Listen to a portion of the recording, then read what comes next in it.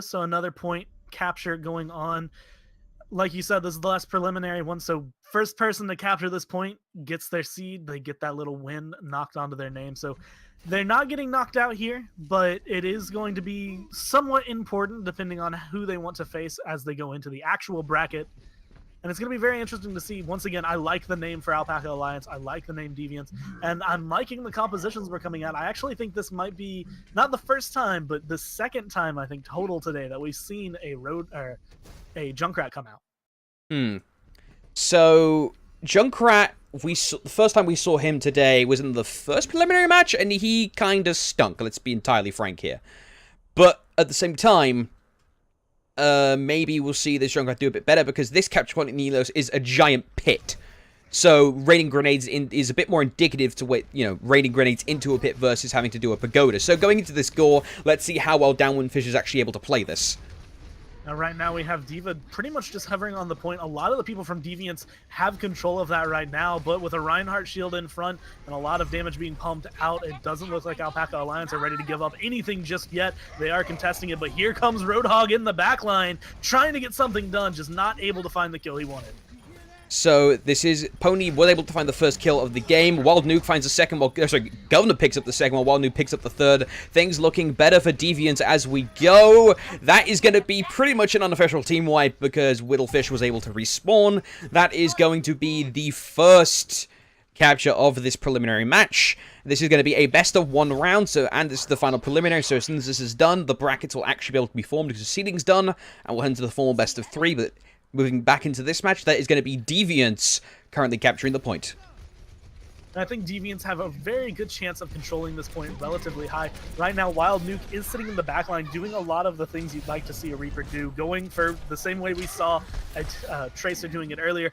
Go for the backline, get the damage dealers, take them out early on, then you can deal with the tanks once that is done, and he's been doing a lot of it. He does have Death Blossom up, though, and that is going to allow him to jump in and help clear out this point for his team, getting 5 kills. Zenyatta's the only one left right now. 2 Tranquilities coming out, but Princess Poro is using that one to get out.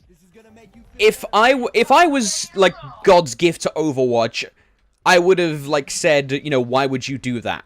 I mean, maybe there's a reason why he popped the Transcendence there just to get out, but even if you die, you get out, but you keep the Transcendence for the next push, which surely he'd want to keep. We will see Wild Nuke get forced out of the Shadow Step because he was pulled. He's going to get back to safety and back to actually heal, and this is going to be Alpacca Alliance's time to shine, and they will use the Riptire. The Riptire going into the backline. It's going not connect. It will pick up Pony, but it did not pick up May. Mushy. And so that's going to be very good because May using that Ice Block, being able to immune away that damage was really good. But Mushy doing his best in the back. Roadhog only going to be pushing people back, but there's the sound barrier on both teams to give them that extra little bit of shield. And Deviants are still controlling the point. Yeah, right now there's going to be fighting on both extreme ends of the point here. But so far, Alpacca Alliance usually coming out better. Although a Blizzard deployed by Deviants on the side of Mushy on the side of Deviants, excuse me, will give them a little bit of room to maneuver. And maybe give them some time for the rest of the team to get back because they were wiped. Although Alpacca Alliance is getting into a better position. But that's a nuclear bomb that was just chucked onto the point. Pony finds 2. I'm kind of interested to see what we're going to be seeing out. Once again, Wild Nuke on this Reaper has been a very big factor. His Death Blossom did just come back up. He's going to be fighting away, trying to help his team control the point, and I honestly wouldn't mind seeing him go for another Death Blossom in there. Beautiful hook. Pulled out of it, though, and that is going to help out Alpacca Alliance, but just not enough to be able to help them secure the point. There's too much damage coming down from Governor Pickles there to allow them to get anything done. So, Deviants will pick up the final win in the seeding stage, and Wild Nuke deservedly so getting play of the game. He pulled off a wonderful Death Blossom here. Let's have a look. So he gets his ult, finds his point, no one's focusing him. Even though he gets knocked back and immediately focused afterwards, that little bit of time, 2 seconds is enough for him to do enough damage to where he can take out 200 HP targets, and play of the game, and the win goes the way of Deviants. Overall, it was a relatively strong showing, so they do get that point. That was the last preliminary. So we're going to be jumping into the finalized bracket once we get that set up. It's going to be really interesting to see what these teams are going to pull out because this time we'll be going through maps, not just rounds. And it's going to be, I feel like we're going to see some different strategies. We'll finally get to see some of these teams adapt a little bit more. And it's going to be very interesting once we get into the actual game.